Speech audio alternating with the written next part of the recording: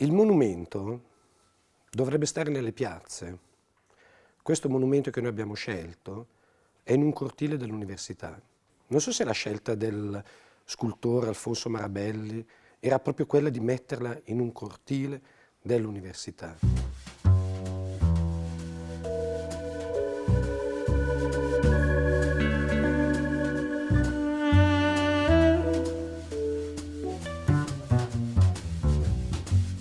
Gli studenti vengono accompagnati nell'interno del cortile dell'università a vedere questo monumento che è appunto dedicato ai professori e agli studenti caduti nella Prima Guerra Mondiale. E hanno anche disegnato, in realtà dal vero, un esercizio che non è facile, ma che comunque ha cambiato per un giorno l'intero cortile dell'università.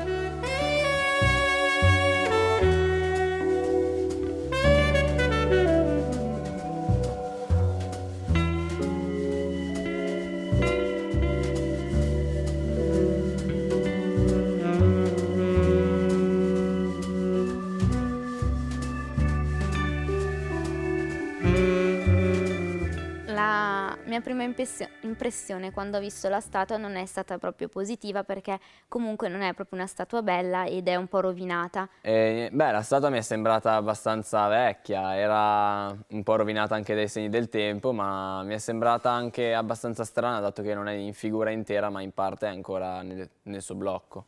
L'installazione, realizzate e progettate dagli studenti, in realtà sono per dar vita al cortile, per ridare un attimino dignità a queste persone che ci hanno lasciato appunto in guerra. Ci sono degli alberi fatti in cartone con le foglie alla loro base, che sono le foglie cadute, e poi sempre fatta in cartone una lapide sulla quale c'è proprio scritta la poesia. L'ho scelta perché comunque è inerente alla Prima Guerra Mondiale e perché mi piace come poesia. Avevo pensato di mettere la lapide appunto di fronte alla statua del Marabelli e invece gli alberi affiancati alle colonne. E ho realizzato anche un progetto con Photoshop dove però per adesso ho inserito solo l'albero, anche perché l'idea di inserire la lapide nel progetto di Photoshop diventava un po' complicato.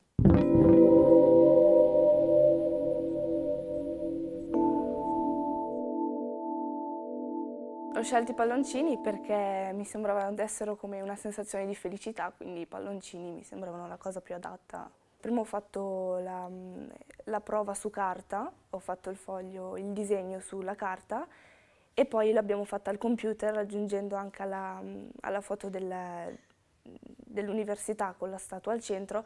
Ho aggiunto tutti i palloncini per vedere un po' se poteva andare bene come lavoro. Volevo distogliere lo sguardo, cioè l'attenzione dai caduti in battaglia della Prima Guerra Mondiale e appunto commemorarli con dei palloncini che dessero felicità e un po' di colore allo spazio intorno alla statua.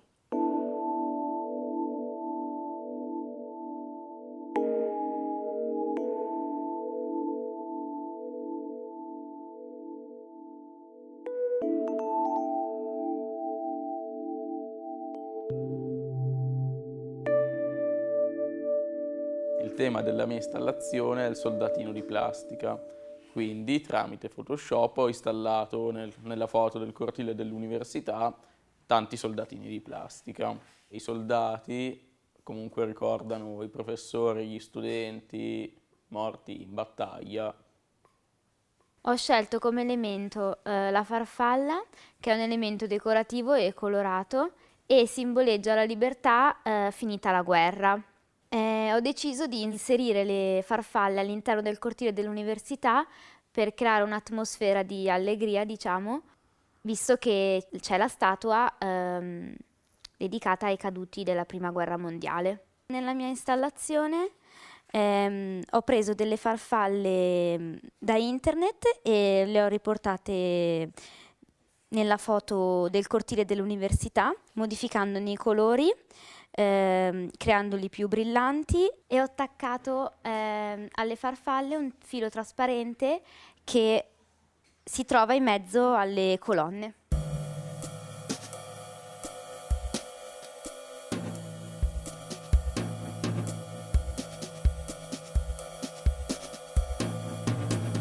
Ho inserito il tappeto rosso proprio davanti alla statua per evidenziare comunque l'importanza di questa statua, come se anche i caduti della guerra meritassero comunque di andare sul red carpet.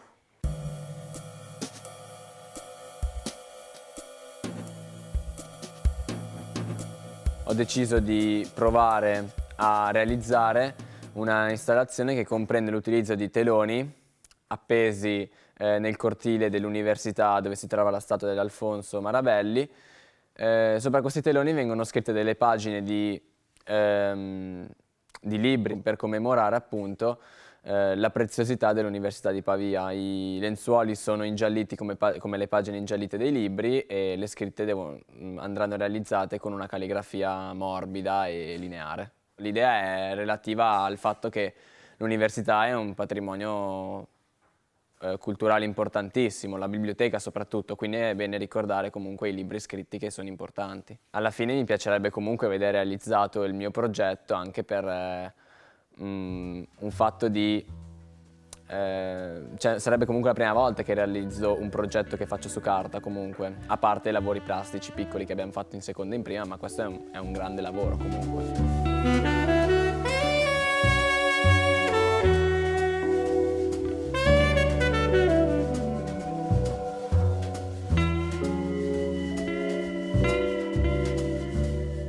La statua è come il quotidiano, cioè ci si passa davanti e non se ne rende più conto, perché è lì, ogni mattina, attende comunque lo sguardo degli studenti. Con l'installazione appunto abbiamo cercato di attirare un po' l'attenzione, proprio per cambiare questo quotidiano che è sempre lì, tutte le mattine, e nessuno ormai le dà più peso.